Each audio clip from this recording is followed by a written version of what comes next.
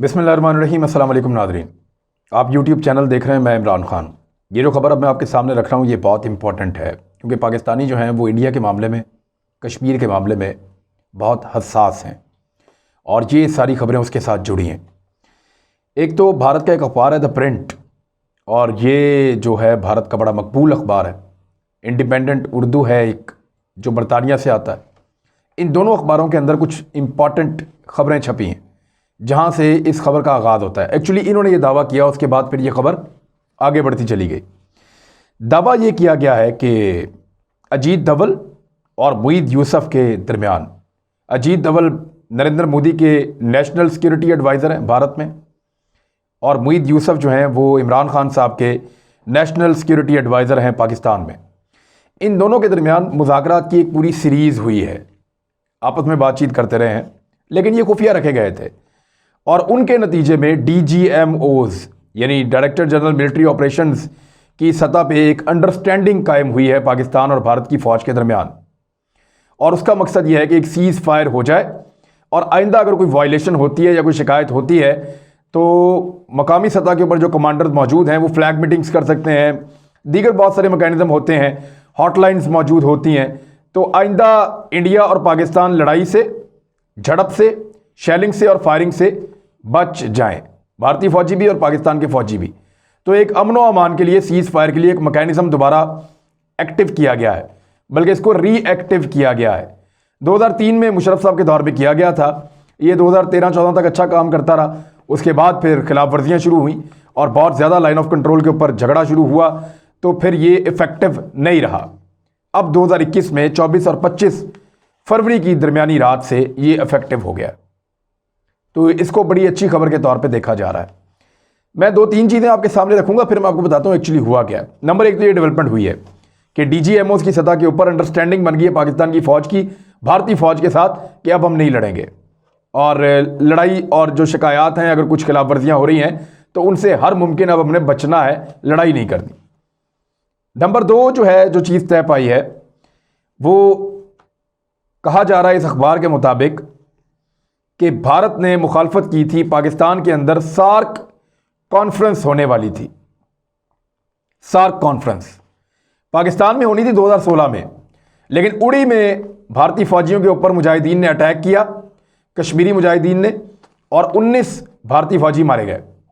उन्होंने कहा जी 2 दहाई में हमारे ऊपर इतना बड़ा अटैक नहीं हुआ, इतना बड़ा हमला हमारे पर हुआ ही नहीं पिछली 2 दहाइयों में।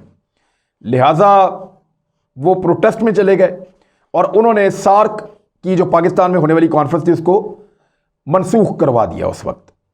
ये south Asian association for regional cooperation है। इसमें 8 मुल्क हैं, अफगानिस्तान, बांग्लादेश, भूटान, नेपाल, भारत, मालदीव, श्रीलंका और पाकिस्तान।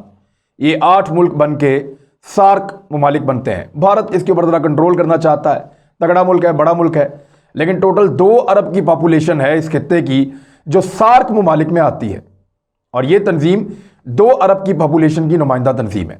बहुत सारे तजारत के हवाले से, दीगर इशूज़ के हवाले से ये आपस में बातचीत करते हैं, एनर्जी में और बेशुमार और चीज़ों पे। लेकिन ना ये कभी कश्मीर पे बात करने देते हैं, ना ये कभी श्रीलंका के हालात जो भारत ख़राब करता रहा है, ना कभी ये उसके ऊपर बात करने देते हैं। बहरहाल उड़ी के वाक़े के बाद भारत ने इसको रोक दिया था और पाकिस्तान इसकी मेज़बानी से महरूम हो गया था। ये 2016 में इस्लामाबाद में होने वाली थी। इसका आगाज़ 1985 में हुआ था।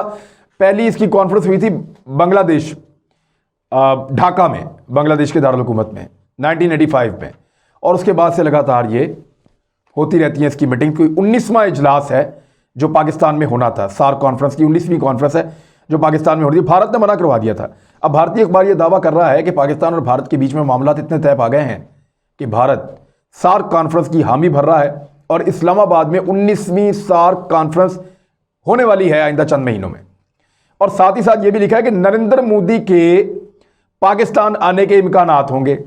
यानी तो बड़े शानदार ताल्लुकात हो गए। इसका मतलब है कि नरेंद्र मोदी भी पाकिस्तान आएगा और भारत पाकिस्तान में जो सार्क कॉन्फ्रेंस होने जा रही थी उसकी खिलाफवर्जी भी नहीं करेगा और उसके खिलाफ बात भी नहीं करेगा, होने देगा और उसकी मुखालफत नहीं करेगा।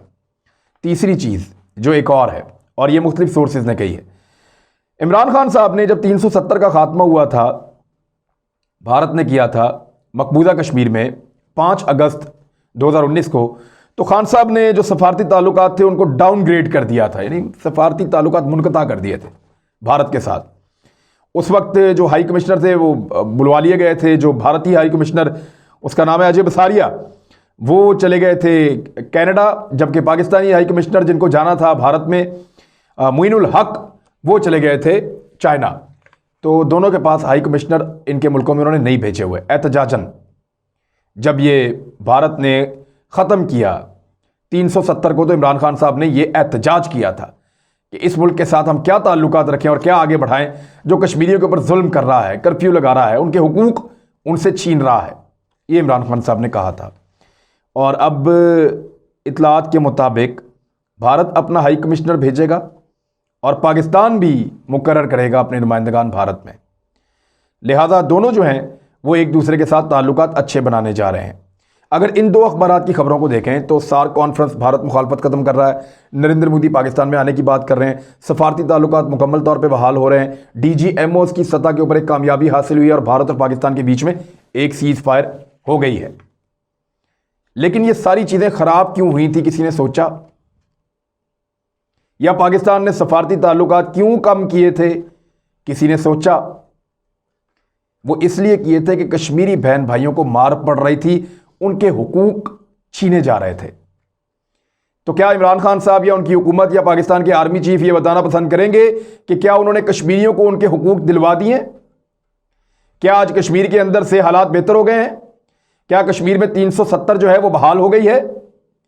क्या कश्मीरी जो है उनके ऊपर जो जुल्म और बर्बरियत भारतीय फौज कर रही है वो खत्म हो गई है, जिसकी बना के ऊपर आप ताल्लुकात और पींगे चढ़ा रहे हैं ताल्लुकात की भारत के साथ? पाकिस्तान की फौज, उसकी सारी ट्रेनिंग, उसके होने की सबसे बड़ी वजह भारत है।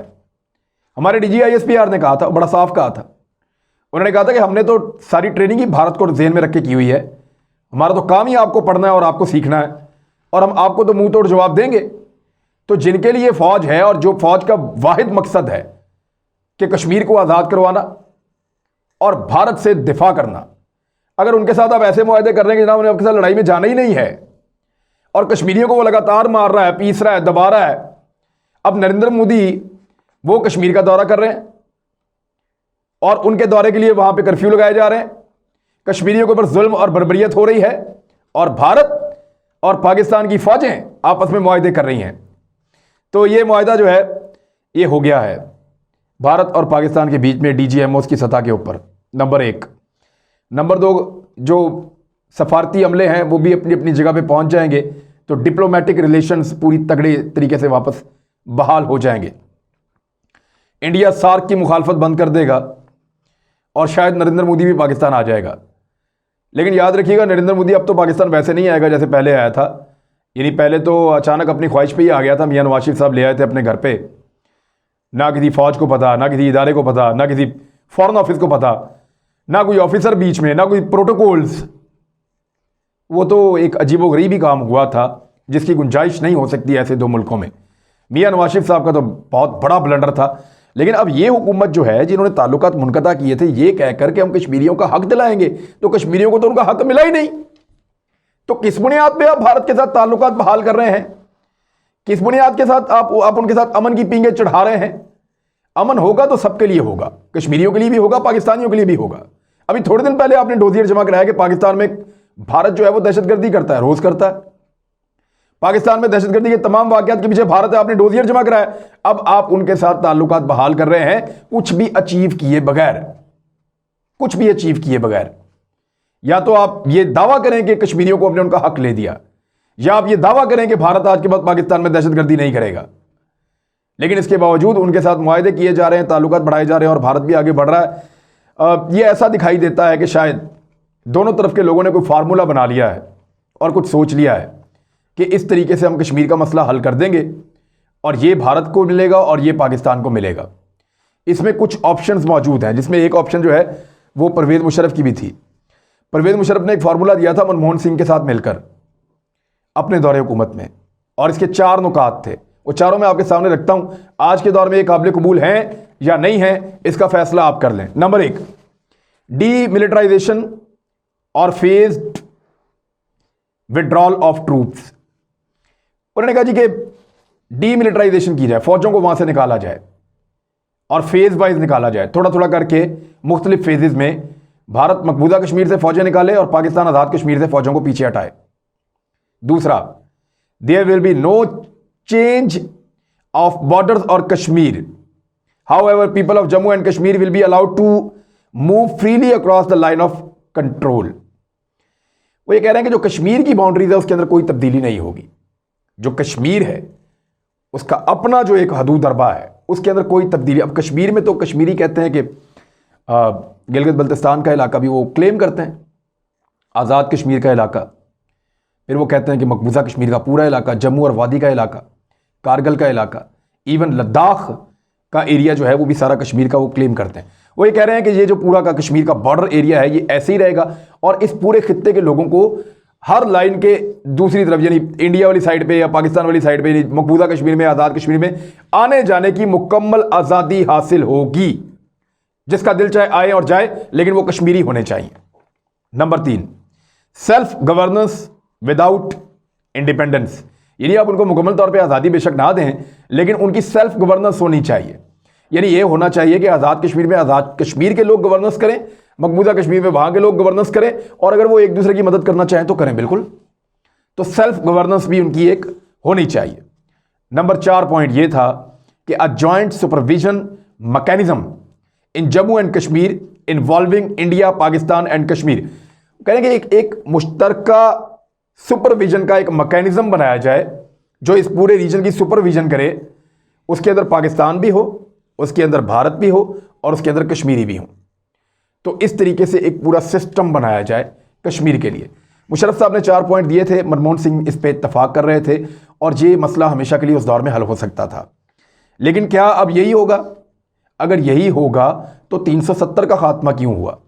370 के खात्मे का मतलब है कि भारत वहां पे जो हिंदुओं की तादाद है मुसलमानों की निस्बत उसमें इजाफा करना चाहता है, बाहर से लाकर कश्मीरियों से ज़्यादा लोगों को बसाना चाहता है, ताकि कल को अगर कोई इस्तिस्वाब राय होता है या कभी वोट डालने का फैसला होता है 10 साल बाद, 12 साल बाद, तो कश्मीरी अकलियत में चले जाएं और अक्सरियत ये कह दे कि हम भारत के साथ रहना चाहते हैं। ये भारत का फार्मूला है। 370 को इसलिए ख़त्म किया। पाकिस्तान में भी जो है वो हमने भी जो कुछ ऐसी डिविजन्स की हैं जिसके ऊपर भारत ने एतराज़ किया था और कश्मीरियों ने भी किया था, लेकिन हमारे इक़दाम वैसे नहीं हैं और यहाँ पे हालात भी वैसे नहीं हैं जैसे भारत में मकबूजा कश्मीर में है। तो मकबूजा कश्मीर के अंदर भारत जुल्म और ज़्यादती करता चला जा रहा है, लेकिन पाकिस्तान के उसके साथ ताल्लुकात अब आपके सामने हैं, वो मामूल की तरफ आना शुरू हो गए हैं।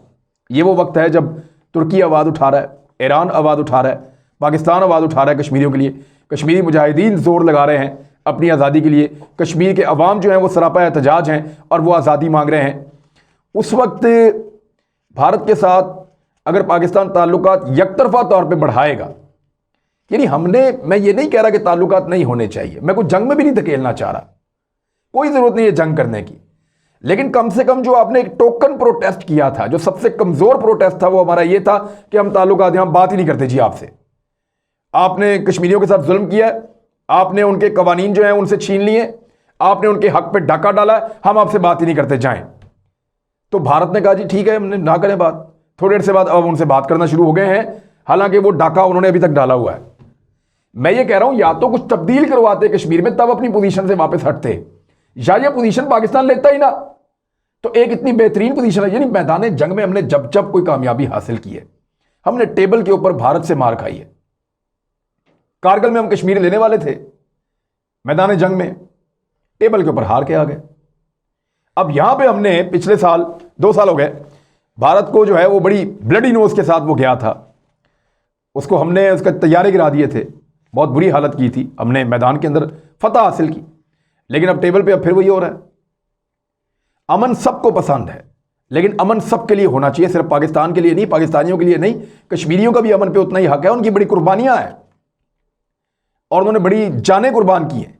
बेशुमार नौजवान हर गांव के अंदर वहां शहदा की लाशें हैं और बेशुमार कश्मीरी पाकिस्तान में रहते हैं और उन सबके दिल कश्मीरियों के साथ धड़कते हैं और पाकिस्तानियों के दिल कश्मीरियों के साथ धड़कते हैं। हमने तो कभी कश्मीर देखा भी नहीं, लेकिन हमें हमारे माँ बाप ने, उनके माँ बाप ने, हमें नस्ल दर नस्ल ये बताया गया है कि वो कश्मीर, कायदे आज़म ने कहा था कश्मीर पाकिस्तान की शारग है, अब इससे बढ़ के तो कुछ नहीं हो सकता। बहरहाल अपने पॉइंट से पीछे हटने का तो सवाल ही पैदा नहीं होता। अगर पाकिस्तान की हुकूमत या पाकिस्तान की फ़ौज या एस्टेब्लिशमेंट कोई ऐसा कदम उठाएगी जहां पे कश्मीर का ऐसा महसूस भी हो कि कोई सौदा होने जा रहा है या कोई ऐसी सेटलमेंट होने जा रही है जिसमें कश्मीरियों और पाकिस्तानियों से मशवरा नहीं किया गया या जिसमें उनको उनके पूरे हकूक नहीं मिलेंगे, तो लोग रिएक्ट करेंगे। ऐसा नहीं हो सकता कि आप कुछ भी कहेंगे और लोग कहेंगे लब्बैक। ऐसा होगा नहीं, ऐसा होगा नहीं। ये इतनी बड़ी फौज, इतना बड़ा बजट, इतना सारा कुछ इसलिए है कि हमने कश्मीर को आज़ादी दिलवानी है। मैं जब एसएसजी कमांडोज की ट्रेनिंग कवर कर रहा था तो वहाँ लोगों से मैं बात करता था तो सब कश्मीर की बात करते हैं, श्रीनगर जाने की बात करते हैं, श्रीनगर की बात करते हैं। मुझे अच्छी तरह पता है, जहन नशीन है मेरे। तो ये जो डेवलपमेंट्स हो रही हैं इनको दोनों तरह से आप देख सकते हैं। एक तो खित्ते में अमन आने जा रहा है, मुज़ाकरात के ज़रिए से आगे बढ़ना चाहिए, लेकिन क्या भारत मुज़ाकरात से, बातचीत से मानेगा? भारत बातचीत से नहीं मानेगा। भारत बातचीत का फ़ायदा उठाता है, डिलेइंग टैक्टिक्स इस्तेमाल करता है। और अब अमेरिका उसकी पुष्ट पे नहीं है कि चाइना के साथ लड़ो या पाकिस्तान के साथ लड़ो, लिहाजा वो जंग से भागना चाहेगा। तो हम कोई जंग में जाना नहीं चाह रहे, लेकिन एक दबाव रखना चाहिए भारत के ऊपर कि जनाब हम भी इस खित्ते में रहते हैं, हम भी एक न्यूक्लियर पावर हैं, आइए बैठिए मुज़ाकरात के जरिए से मसले को हल करते हैं। वैसे मुशर्रफ साहब वाला सोल्यूशन अच्छा था कि आप दोनों मुल्कों की फौजें वहां से निकल जाएं और दोनों मुल्कों की फौजें निकलने के बाद इस सारे को पूरे कश्मीरियों के लिए खोल दिया जाए, जो जहां दिल करे आए जाए, मकबूजा कश्मीर, आज़ाद कश्मीर, गिलगित बल्तिस्तान, जहां दिल करता है ये आए जाएं।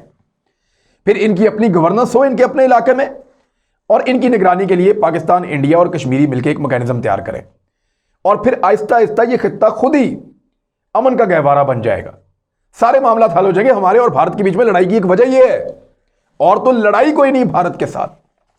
और कौन सी लड़ाई है हमारी जायदाद की ऐसी? सिर्फ कश्मीर का एक डिस्प्यूटेड इशू है और वो सारे कहते हैं। तो क्या ये रिजॉल्व हो सकता है? ये एक इस वक्त जो कैफियत है, मैं कोई भी बात करूंगा तो एक अंधेरे में तीर चलाने वाली बात होगी। लाजमन पाकिस्तान की एस्टेब्लिशमेंट के और पाकिस्तान की हुकूमत के दिमाग में कुछ चल रहा है। मैं पता करने की कोशिश करूंगा अपने सोर्सेज से कि वो किस तरीके से इस मसले को हल करना चाहते हैं। लेकिन भारत पे तकिया नहीं किया जा सकता, भारत का एतबार नहीं किया जा सकता। उसने हमेशा धोखा दिया है।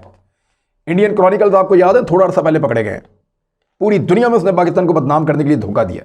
वो हर जगह पे पाकिस्तान को डिग्रेड करने की कोशिश करेगा, चाहे वो तालिबान की डील हो अमेरिका के साथ, चाहे वो पाकिस्तान तरक्की कर रहा हो सी पैक के जरिए से, वो कोई भी चीज कर रहे होंगे, भारत हमेशा टांग अड़ाता है। लेकिन अभी कुछ डेवलपमेंट्स ऐसी हैं जिसमें कि चाइना ने जो अचीव करना था वो कर दिया। उन्होंने अपने सी पैक को और अपने उन इलाकों को जो उनको भारत से अलग रखने थे, या उन इलाकों को जिस पे भारत कहता था कि हमने कभी ना कभी यहां कंट्रोल करना है, उन इलाकों को भारत से मनवा कर अलग करवा लिया है कि ये यहां से आगे चाइना है, इसका नाम भी ना लीजिएगा, सोचिएगा भी मत। तो चाइना ने जो अचीव करना था वो कर लिया है। पाकिस्तान क्या अचीव करना चाहता है और इसका सल्यूशन क्या है? अब तक आलमी रिपोर्टों के मुताबिक और हर तरह के मुबस्सरीन के मुताबिक मुशर्रफ और मनमोहन के फार्मूले से बेहतर दूसरा कोई फार्मूला नहीं है, लेकिन उसमें कश्मीरियों की इनपुट होना बहुत ज़रूरी है। अब तक के लिए इतने, अपना ख्याल रखिएगा, अपने इस चैनल का भी। अल्लाह हाफ़िज़।